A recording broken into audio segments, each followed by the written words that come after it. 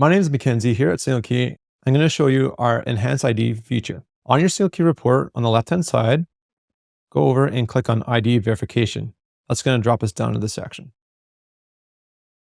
Now, we've got an ID verification service that's powered by AI, and what it does is it takes a current selfie of the tenant, as well as a photo of the front and back of their government-issued photo ID, does a scan, and then does a sanity check to give you a confidence rating on a pass or fail basis on a number of key features of the ID. So as we go through it, we can see right here that in this example, the check has failed. And that's why we have a fail in the top right-hand corner. And as we go through the different information, we can see what's been checked. On the left-hand side here, underneath the ID info extraction field, this is all the information that was collected and pulled off the ID for your reference. This information shouldn't match the tenant's application information at the top of the rental application up here in this section. And we've also gone now and done a scan and checked it. Now, granted, this is using AI and algorithms. It's not perfect. So it is always the best practice to verify this information yourself as well.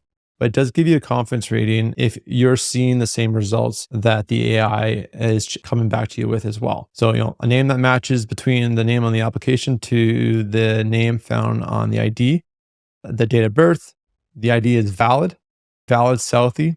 So it's clear, it's easy to compare, and that the selfie matches the photo. What I'm really excited about this new feature that's going to put a lot more great documentation as a strong foundation to start off your tenancy is now you've got a recent selfie compared to the government issued ID.